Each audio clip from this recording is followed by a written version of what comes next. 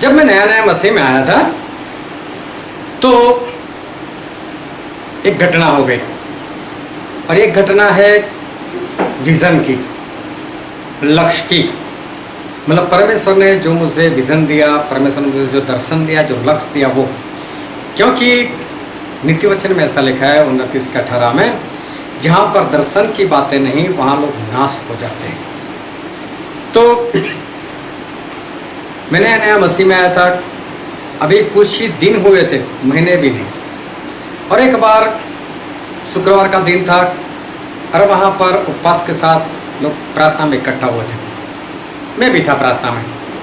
अभी मेरे पास वाला जो भाई साहब थे वो प्रार्थना करवा रहे थे। जब प्रार्थना करवा रहे थे, जैसे मैंने आंख बंद की, मुझे कुछ दृश्य ऐसा दिखाई देने लगा। तो मैं डर गया, क्या हुआ? मैं चारों ओर देख रहा हूँ तो सब लोग प्रार्थना कर रहे। मैं चलो कुछ नहीं, फिर मैंने आंखें बंद की।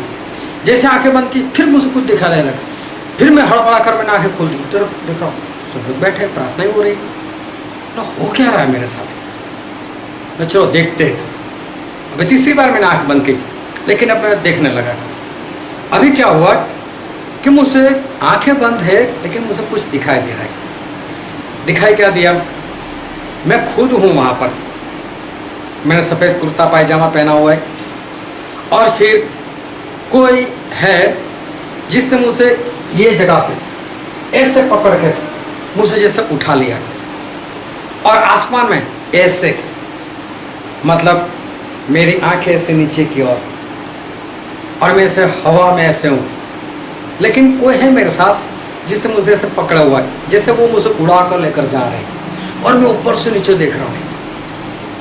तो मुझे बड़े बड़े शहर दिखाई देते हैं, बड़े बड़े अपार्टमेंट दिखाई देते हैं, और फिर हम आगे बढ़ते तो मुझे गांव दिखाई दिए, टेढ़े मेढ़े रास्ते, मिट्टी वाले रास्ते, ढलान, खेत, ऐसा सब कुछ दिखाई दिया।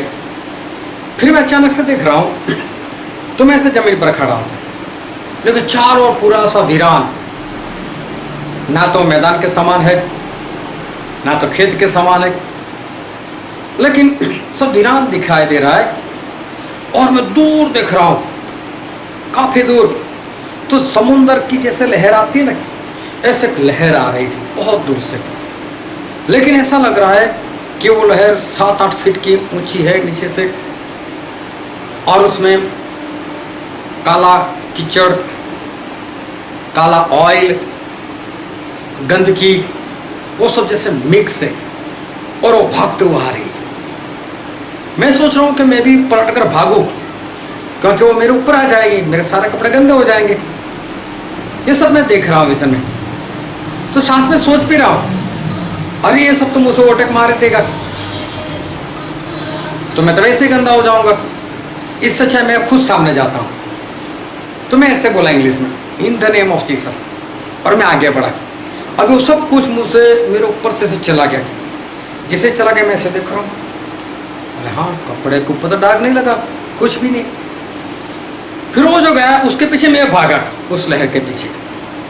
अभी क्या हुआ, जमीन के अंदर कुएं के समान इतना खड्डा था, तकरीबन 2-2.5 की गोलाई में, 2-2.5 फीट की गोलाई में, और वो सारा वो जो पानी कीचड़ ऑयल जैसा जो था वो सारा कुछ उसके अंदर ऐसे चला गया।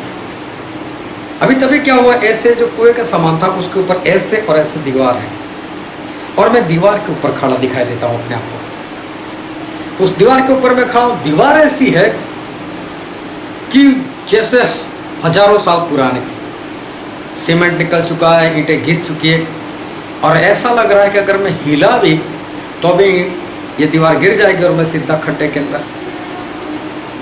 और फिर मैं अपने आप को उस खड्डे के फिर किनारे के ऊपर पाता हूँ, और तभी जैसे आसमान से एक आवाज़ आती है, इस खड्डे को खाली करो। और फिर मैं सोच रहा हूँ कि मेरे पास अगर एक बाल्टी होती, एक रस्सी होती, तो मैं रस्सी से बाल्टी को बांधता और अंदर डालता और गंदगी को खाली करता। मेरे पास तो कुछ नहीं, बस इतना विज़न हुआ, सारा तरह से समाप्त। प्रार्थना भी चल रही है, बारी बारी से लोग प्रार्थना करवा रहे। मेरे अंदर सवाल हुआ, ये क्या था?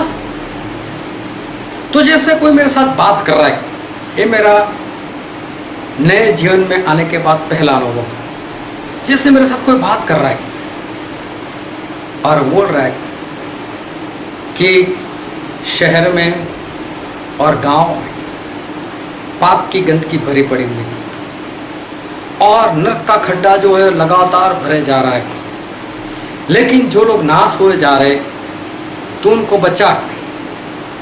लेकिन तेरे पास जो बाल्टी नहीं है, जो रस्सी नहीं है, मतलब कि तेरे पास पवित्र आत्मा नहीं है। पहले उसको प्राप्त कर और फिर ये काम कर।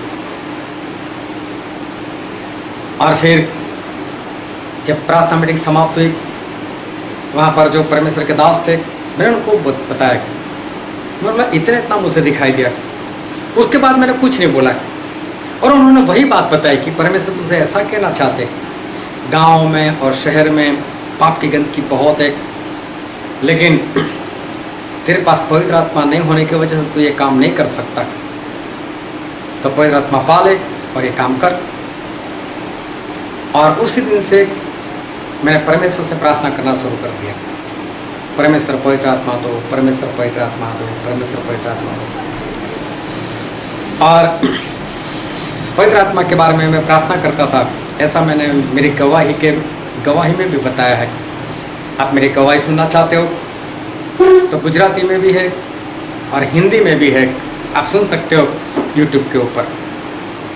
और उसकी जो लिंक है वो मैं आपको डिस्क्रिप्शन में दे दूंगा। तो अभी क्या हुआ, मैं उपवास लगातार करने लगा और उपवास के साथ परमेश्वर से बोलने लगा, परमेश्वर पवित्र आत्मा दो, परमेश्वर पवित्र आत्मा दो। अभी क्या हुआ, हर रोज एक टाइम खाने से ही तो आदत हो गई, भूख ही नहीं लगती थी। मुझे तो उपवास ऐसा लगता ही नहीं था। तो फिर मैं एक दिन छोड़कर एक दिन खाने लगा। अभी उसकी भी आदत हो गई। फिर मैं 3 दिन छोड़कर खाने लगा। और ऐसे करते करते एक दिन जब मैं ऐसे ही प्रार्थना की और परमेश्वर की आवाज़ आई कि तो हर रोज़ बोलता है कि पवित्र आत्मा दो, पवित्र आत्मा दो, तुझे मिले है कि नहीं, चेक तो करो। और जैसे मैं प्रार्थना से खड़ा हुआ, मैं सोच रहा था कैसे चेक करूं। और तभी मेरी पत्नी ने मुझे खबर दी कि जो बड़ी बेटी है उसको बुखार है। मैं बहुत खुश हो गया कि अभी पता चल जाएगा। और मैंने बोला बुलाओ उसको, मैंने बोला चेक करो। पत्नी ने चेक किया, बोला बुखार है, सच में है। मैंने प्रार्थना के दूर से प्रभु से नाम है बुखार भाग। मैंने बोला अभी चेक करो, बोले नहीं बुखार। मैंने परमेश्वर का धन्यवाद किया। और फिर इस तरह से परमेश्वर मेरा इस्तेमाल गांव में और शहर में करने लगे। अभी क्या हुआ, कई बार कई संस्था वालों ने मुझे ऑफर दी, हम इतनी तनख्वाह देंगे, हमारे साथ जुड़ो। मैं किसी के साथ नहीं जुड़ा, लेकिन बस परमेश्वर के आत्मा से मैं बढ़ता गया। लेकिन एक बार एक बहन जी थे, वो बहन जी मेरा बहुत इस्तेमाल करती थी, मतलब कि मुझे बहुत बार प्रार्थना के लिए बुलाती थी। लेकिन साथ में बात ऐसी थी कि जब भी उनको कोई परेशानी आती थी, जैसे कोई बीमारी आती थी, तो पहले खुद प्रार्थना करती थी। जब प्रार्थना से नहीं होता था तो अपने पास्टर को बुलाते थे। फिर भी नहीं होता था, फिर वो अस्पताल जाते थे। फिर भी नहीं होता था, तब आखिरी नाम मेरा। और मैं जब भी चाहता था, परमेश्वर मेरा इस्तेमाल कर ही देते थे, उनको चंगाई मिल ही जाती थी। और मैं उनको परमेश्वर के कुछ वचन सिखा कर भी आता था। लेकिन उनको मैं जो शिक्षा देता था वो पसंद नहीं आती थी, इसलिए वो मुझे झूठा भविष्यवक्ता समझते थे। अब ये मुझे नहीं मालूम कि मुझे ऐसा समझ रहे, मुझे तो ऐसा था ये मुझे बहुत प्रेम कर रहे और मेरा इस्तेमाल करते हैं। एक बार ऐसा हुआ कि उनके जीवन में फिर से ऐसी ही कोई समस्या आई। इस बार भी कहीं से भी आराम नहीं हुआ।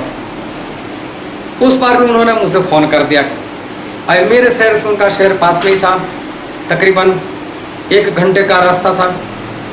और मैं निकला और उस बहन ने उस दिन परमेश्वर से प्रार्थना की, बाइबल लेकर बैठे अपने दरवाजे में और परमेश्वर से प्रार्थना की, परमेश्वर मुझे हर बार स्टैंडली की ज़रूरत महसूस होती है, लेकिन मैं तो उसको झूठा भविष्यवक्ता समझती हूँ। लेकिन मालूम नहीं, जब वो प्रार्थना करता है तभी मेरा काम होता है। तो परमेश्वर आप मुझे बताओ वो सही में है क्या। और आज परमेश्वर मैं आंखें बंद कर कर बाइबल खोलूंगी और जहाँ पर मैं मेरी उंगली रखूंगी पद में जो भी लिखा होगा वो आपका जवाब समझ लूंगी। तो परमेश्वर आप मुझे बताओ स्टैनली है क्या। और ऐसे ही किया उन्होंने, प्रार्थना की, बाइबल खोला, आंखें बंद की और ऐसे उंगली रखी। और जहाँ पर उंगली रखी वो जगह थी गलाती उसका पहला अध्याय और पहला ही पद। और वहाँ पर लिखा है कि परमेश्वर की मर्जी से यीशु मसीह का प्रेरित पौलुस, और उन्होंने अपना बाइबल बंद किया है।